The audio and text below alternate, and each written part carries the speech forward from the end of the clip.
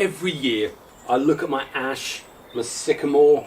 I think I haven't got any hazel anymore actually. These are my little Itoyagawa cuttings. But no, every year I look at these, I clip them down. You've seen them for the last couple of years. Well, guess what? I think the time has finally come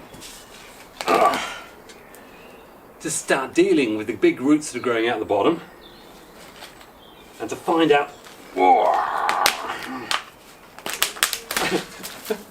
what on earth I'm going to be doing with that.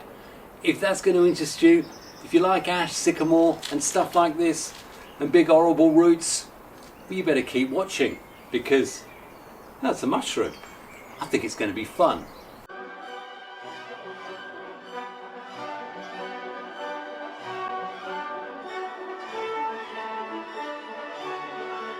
Hi, it's Xavier. Welcome to my bonsai retreat. Welcome to my little outdoor patio. That's my back door. That's my washing machine. And down here are my ash and my sycamore. You saw me pull this up. Well, I think I probably need to try and get this up too. Now that's the thing you'll notice with the cheaper pots. No matter how much you want to save money, oh my gosh, I'm going to whack my chin into this. The pots just rip apart because they're made of cheap plastic. And needless to say, I'm struggling to get this out. So I need a bit more of this. Now, I definitely need to get a bit more oomph in this because I think this roots is going everywhere. Let's get those out there. That's me lemon. Nigel, if you are watching this, finally, I'm managing to get, this is my lemon cutting. All the other lemons died, but something's making it.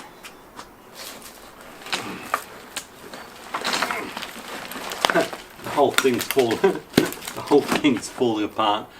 Yeah, I didn't know it was going to turn into a rotten wood fest. Looks like this planter is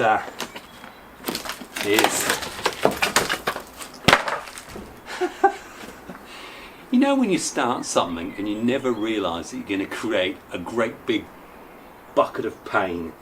And this is all lovely bonsai soil, but now I've got to rebuild a planter. And I really don't want to do it now. Goodness, big roots into there. Okay. No, nearly all out. Okay. Well, needless to say, these had a massive root structure going all the way through there. So I've got, looks like one ash, two sycamore, two more sycamore. In fact, it looks like 5 sycamore and an ash. But wow, wasn't that unexpected? Anyway, let me clear this lot up. We'll get these to the benches and progress in a more orderly, structured fashion, shall we? Did not expect that. Right, well, having tried to repair my my lovely little raised bed, which also keeps the roof on the outside section, I now have to deal with these. And like all things, you know, when you commit to a task and you suddenly realise you've got no choice but to keep going. Shall we see what these are like and decide whether or not we've actually got any future bonsai in there? There's actually some very interesting shapes on that ash. Gosh, you look how thick the roots are on these. That is a good thumb thickness, without a shadow of a doubt. So I don't know if I'll be able to nibble that off. Gosh. Yeah, I think it definitely says one thing to me. It's brilliant putting stuff in beds and everything like that, but if you keep them in the pots, you do have to keep an eye on stuff, especially if there's soil beneath it, because you know it's great for development and keeping them alive, but it's an absolute nightmare, I would imagine, when it comes to seeing what the roots are going to be like. It's anybody's bet to see if these are going to be any good, that's for sure. And as I say, these things just shatter now.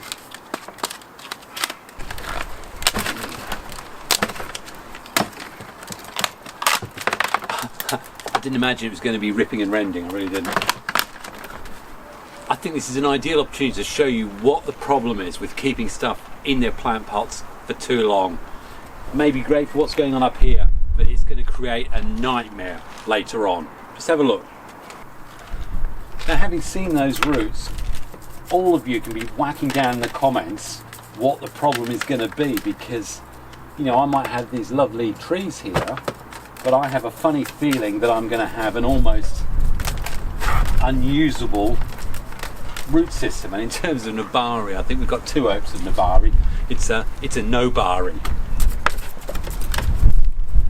Yeah, I should have known better. I really should have known better. I should have got these out a lot earlier. I think the trouble is I had so many other trees. Who knows, maybe these roots will create something special, but I doubt it. I mean, the good thing about ash, or even as ash roots, I think sycamore too, is that you still get quite nice fine feeders. If I get enough of those, then hopefully I can get away with removing this toilet U-bend. Let's see how they separate. Goodness, I must have planted these back in 2021. I mean, look at this. I actually think there's going to be something decent about this. I want to try and separate these without actually breaking anything. Right, well, this was an adventure.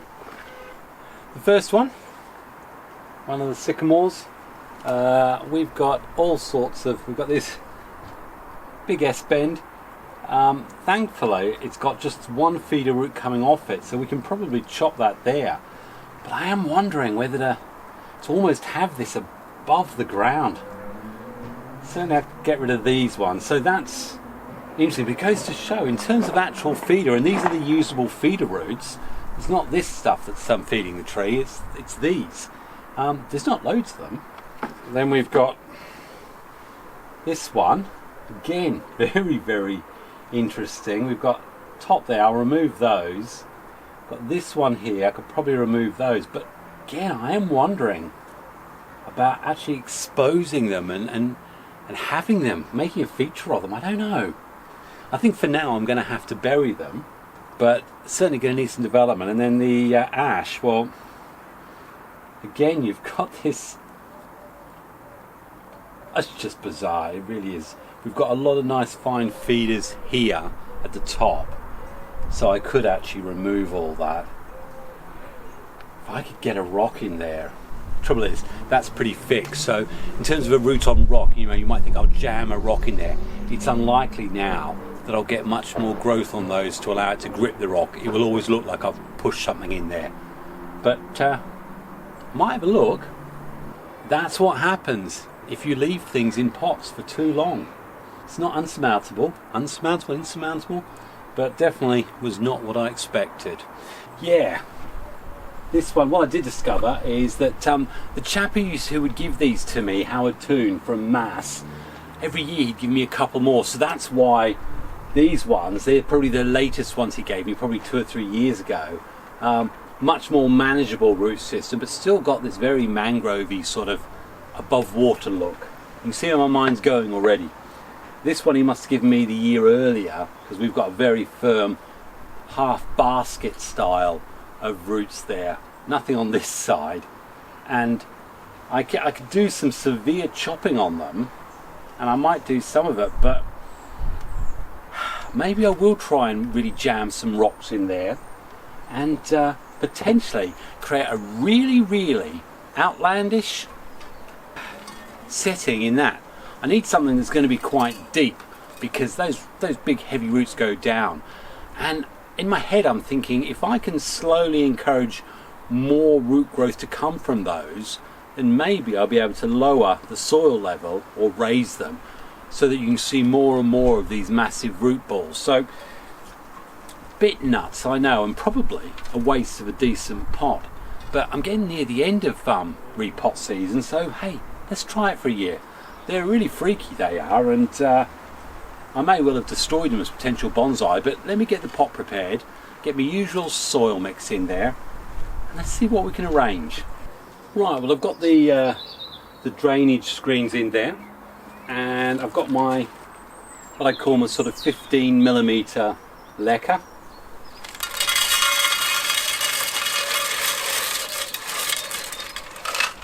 Just to cover the base. The good thing about the bigger grain lava-like rock is it allows for really good exchange of oxygen and drainage in the lower part. So what we're not going to get is water sort of clagging stuff up at the bottom, a bit like what you saw happening with those. Now I've got loads of all sorts of odd shaped but interesting rocks, different sizes, different things. All I really need to do is find something that if I jam it, I think it was the ash that had this really interesting almost basket. What I need to do is to get a rock that's really interesting, that can almost get, yeah, see, it has to be perfect. Now, if I can't find the right rock, I'm not going to go for it, and I may well, that could be so interesting, so interesting. I wonder, I can get something really stupendous in there. Stupendous, now that's a good word, stupendous. Right, let me play around, because this is just going to be a bit of hit and miss. If I find something, you'll see it, otherwise they'll be buried. Okay, well I've managed to get 3 of them with rocks around them. They're sort of holding there, and if I wrap some of these little roots around them, I could actually end up getting them to become long term root on rocks, only if I've got enough depth in there. I've got that one there, this one here, again you've got a basket, but if these roots grow thicker, they will take over, I know they will. So that going under there, that could work as an outlier. This one, well, it's jammed in there, so it's not moving, and again what I can hope to achieve is by feeding other roots in and around it, that will hopefully eventually grow and cling, and if more roots come under, it will grip it. I think this the actual putting this together is going to be very random, so please, any of you there looking for formality and stuff that makes sense, switch off now. This is not for you. This may hurt a few of you. In fact, if you're squeamish about bad bonsai, turn away now, because I bet you can watch the news instead. That'll be less painful. I need to work out where to put them, because then I've got 3 more. 6, it's always a good number for a forest, isn't it? Okay, well obviously I've got the ash in the middle, and quite like that. I've removed some of the upper roots. I actually found another smaller one that I could get some rock around it. You've seen how the rocks are being jammed in. The truth is they've got to stay covered for a couple of years. I've whacked this in, so we've got some leaning out. We've got this here. I was trying to find a place to put this in, but the reality is I actually don't like the structure very much at all, and I think what I might just do is whack it in a pond basket and just see what happens. So I'm going to keep that wet, which of course also means suddenly I'm going to have a 5-tree forest with these little ones here. And again, I want to keep these interesting upward roots. I will remove a couple of obvious problem ones and just take off a bit of the bottom, because I can see it. The more I'm able to reveal at a later time, the better. Oh, got pigeons mating on top of my greenhouse.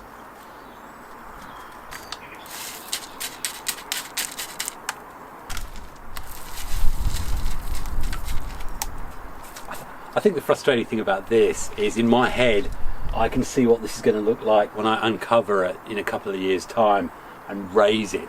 For now we're going to end up burying it and just see very ordinary trees, but I still need another one here.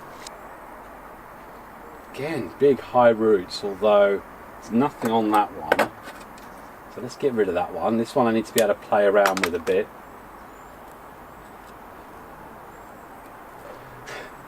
It's going to be extremely symmetrical, so yellow growing bonsai is going to sit there and pout, I have no doubt. Oh, I'm a poet and I didn't know it. Okay, well that's rough and ready. I had no idea I was going that way, and I think this also shows you the problems you can actually create just because you're not actually aware of how much root growth can happen in a common plant pot. And certainly if I really wanted to be able to change these and make them into lovely nabaris, that's gone. That's impossible now. I have to try and take advantage of the very unusual root structure that's down there. We've all seen it, and now I have to be patient. Covered it thoroughly in soil. I'm going to bed these in. I'm not pruning anything right now. I'm just going to let these flush out and see what comes of it. Because, hey, look, I don't know, do you see a front there? Or is that potentially the more uniform front? I don't know. I mean, there's lots of buds here. I might remove a few there. But this is going to be intriguing. I'll be very, very intrigued to see how this develops. And I think, like many of my projects you're seeing, some of them are now starting to come to fruition. But others, they have a long way to go. And we still have to use our imagination.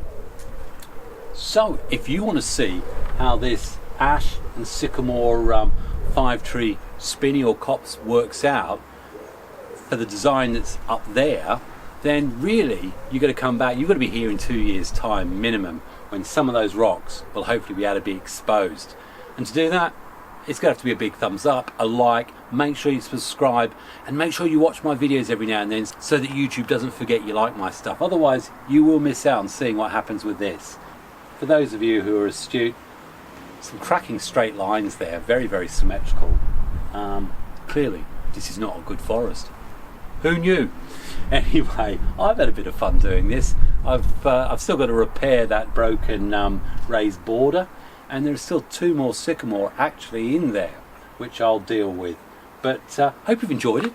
You know, explore, have fun. That's what bonsai's all about. Certainly my bonsai in the retreat, that's what it's all about, and hopefully that's what you enjoy watching. I think this is going to be really good. If you want to see more about ash, which have got the compound leaves, they're really interesting, and well, I've got quite a few more that you'll be seeing later. So that's the video all about ash. You'll love it. Apart from that, happy bonsai and God bless. Cheers.